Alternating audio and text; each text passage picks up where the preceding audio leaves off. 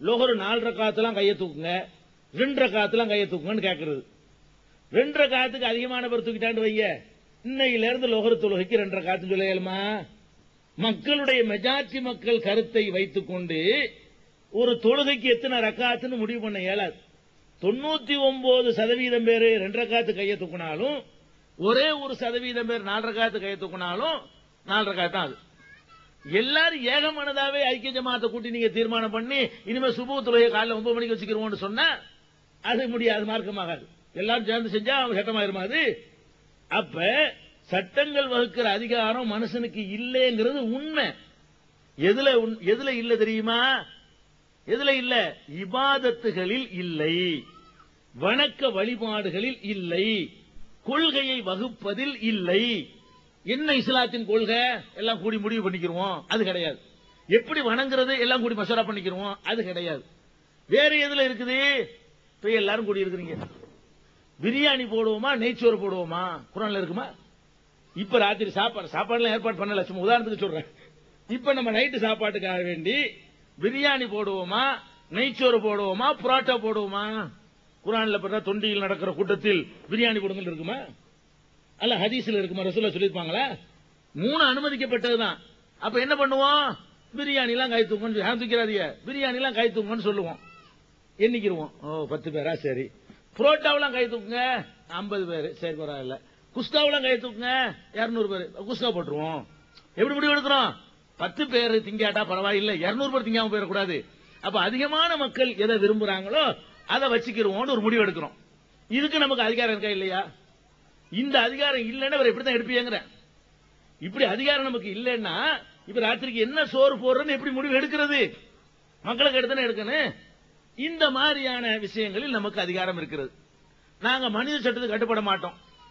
2 வீலர்ல போயிட்டே இருக்கிறாரு, மனித சட்டத்தில் சேவ் லைட் போட்டான், டிராபிக்ல போயிட்டு இருக்கிறாரு, சிக்னல்ல ரெட் விழுந்துருச்சு. நீ என்னடா ரெட் போடுற, நான் வர்றேன்டா, போயிட வேண்டியதானே? மனிதன் தான் சேவ் லைட் போடுறான். சிவப்பு லைட் போட்டா நிக்கணுங்கிறது குர்ஆன்ல உள்ளதா ஹதீஸ்ல உள்ளதா? சிவப்பு லைட் போட்டா நிக்கணுங்கிறது அது குர்ஆன்ல இல்ல, ஹதீஸ்ல இல்ல, மனுஷன் நம்மளா செஞ்சுக்கிட்ட ஒரு சட்டம்.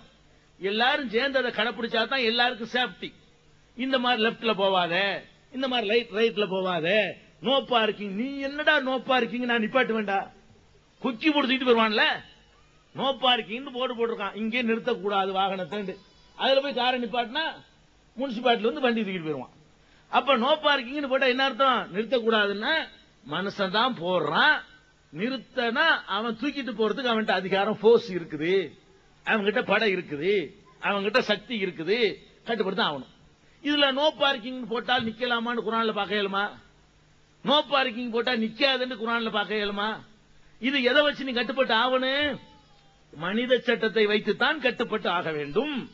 ஒரு நிகழ்ச்சி, கல்யாணம் நடத்த போறோம், ஒரு மாநாடு நடத்துறோம், கண்டுக்கிறாதே, ஒரு மாநாடு நடத்த போறோம், அது சொல்வது அது ஒரு தனி சவுண்டா இருக்கு, ஒத்த சவுண்டா போயிடும்.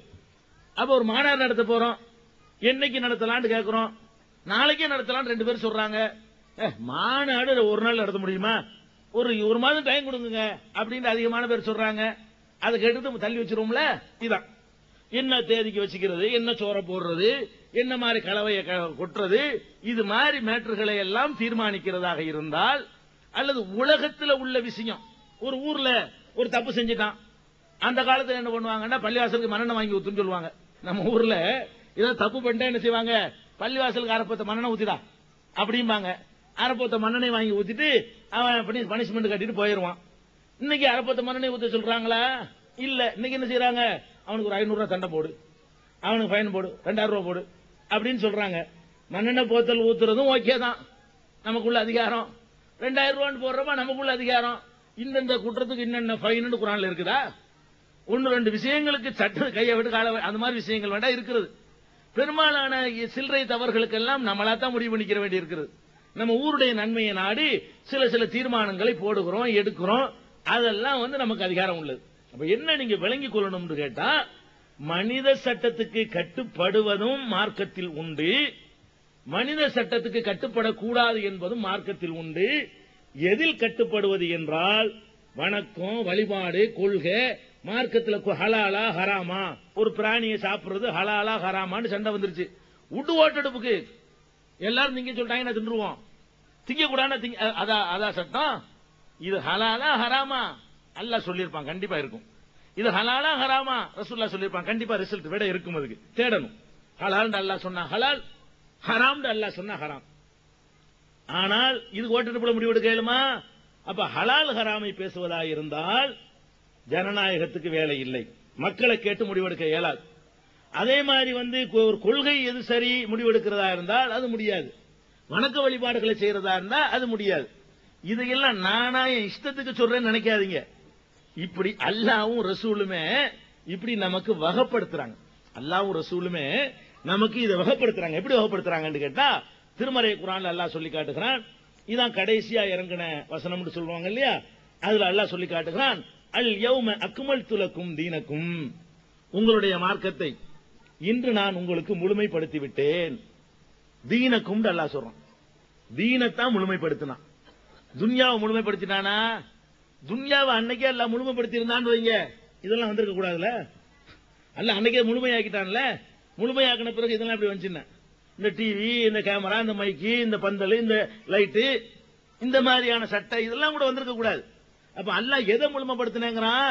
நபிகள் நாயகத்தை அனுப்புனது தீனை முழுமைப்படுத்துவதற்கு, மார்க்கத்தை முழுமைப்படுத்துவதற்கு, கண்டுபிடிப்புகளை முழுமைப்படுத்துவதற்கு அல்ல, உலகத்தினுடைய பயன்பாடுகளை முழுமைப்படுத்துவதற்கு அல்ல, மார்க்கத்தை முழுமைப்படுத்துவதுதான் வேலைன்னு அல்லாஹ் சொல்லிவிட்டான். நபிகள் நாயகம் ஸல்லல்லாஹு அலைஹி வஸல்லம் அவர்கள் மதீனாவுக்கு வர்றாங்க. மக்காவுல இருந்து ஹிஜ்ரத் செய்து மதீனாவுக்கு வர்றாங்க. வந்த புதுசுல அந்த மதீனா மக்கள் ஒரு வேலையை செய்யறாங்க. என்ன வேலை செய்யறாங்கன்னு கேட்டா, பேரிச்ச மரங்கள் இருக்குல்ல, அத ஆண் மரம் பெண் மரம் இருக்குது. எல்லா மரத்திலும் இருக்கு, காய்கள் இருக்கு, பூக்கள்ல இருக்கிறது, ஆண் பூ பெண் பூலாம் இருக்குது. அது ரெண்டும் இணைந்தால் தான் கனிகள் உற்பத்தி ஆகும். இவங்க என்ன செய்வாங்கன்னா, ஆண் மரத்தையும் பெண் மரத்தையும் இணைத்து அந்த மகரந்த சேர்க்கையின் மூலமாக அவங்க ஒரு விவசாயம் பண்ணிக்கிட்டு இருக்கிறாங்க. மதீனத்து விவசாயிகள், அங்க உள்ள விவசாய பொருள் பேரிச்சம்பழம் தான். நபிகள் நாயகம் ஸல்லல்லாஹு அலைஹி வஸல்லம் அவர்கள் மதீனாவுக்கு வர்றாங்க, பாக்குறாங்க. அவ அறிவுக்கு தோணுது, நபிகள் நாயகம் ஸல்லல்லாஹு அலைஹி வஸல்லம் அறிவுக்கு தோணுது, என்னக்கு இருக்கானுவ பேரிச்ச மரத்தை போய் ரெண்டுமே ஜாயின் பண்ணிட்டு இருக்கிறாங்க, இதோட நல்லதா தெரியலையே அப்படின்னு சொல்லி அவ நினைத்து கொண்டு, லவ்லம் தபாலு, இது செய்யாம ஏன்பா தேவையில்லை, விட்டுருங்கப்பா அப்படின்ட்டாங்க.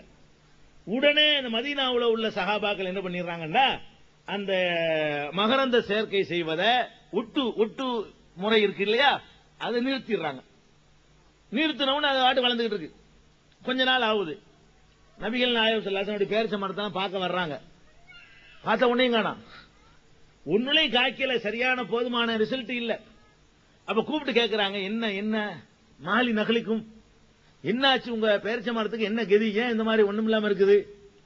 ஏன் இருக்குதா, நீங்க தானே சொன்னீங்க, நாங்க ஒரு மெத்தட்ல விவசாயம் பண்ணிட்டு இருந்தோம், அதை பண்ண வேண்டாட்டீங்க, உங்க சொல்ல கேட்டுதான் இப்படி ஆச்சுங்கிறாங்க அவங்க. நீங்க தான் சொன்னீங்க, அதனாலதான் இப்படி பண்ணிட்டோம். அப்ப ரசூல் ஸல்லல்லாஹு அலைஹி வஸல்லம் சொல்றாங்க, இதா அமர்த்துக்கும் மின் அம்ரி தீனிக்கும், உங்களுடைய தீன் சம்பந்தமாக, மார்க்கம் சம்பந்தமாக நான் ஏதாவது கட்டளை இட்டால், ஃபஅது மின்ஹு மஸ்ததாதும், இயன்ற அளவுக்கு அதை கடைபிடியுங்கள்.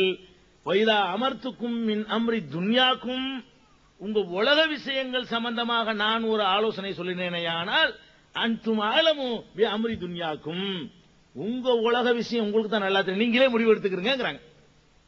இது ஆதாரம்ங்கிறது. அப்ப நபிகள் நாயகம் ஸல்லல்லாஹு அலைஹி வஸல்லம் என்ன பண்றாங்கன்னா, ஒரு அதிகாரம் எனக்கு இருக்குங்கிறாங்க, ஒரு அதிகாரம் உனக்கு இருக்குங்கிறாங்க. சொல்றாங்களா வருங்க, எந்த அதிகாரம் எனக்கு இருக்குது, எப்படி தொழுகிறது, எப்படி நோன்பு வைக்கிறது, எப்படி தஸ்பீஹ் செய்யறது, எப்படி திக்ர் செய்யறது, என்ன மாதிரி கொள்கையை கடைபிடிக்கிறது, எது ஹலால் என்பது, எது ஹராமாங்கிறதுனா நம்மள்ட்ட வந்துரு. எந்த உரத்தை போடுறது, சல்பேட் போடுறதா, யூரியா போடுறதா, நாத்து அதை ஒட்டு பண்றதா, வேற மாதிரி பண்றதா, சொட்டு பாசனம் பண்றதா, ஆத்து பாசனம் பண்றதா, கிணத்து பாசனம் பண்றதா, போர் அடிக்கிறதா, கோதுமையை பண்றதா, சோளத்தை பண்றதா, அது நீ பாத்துக்க.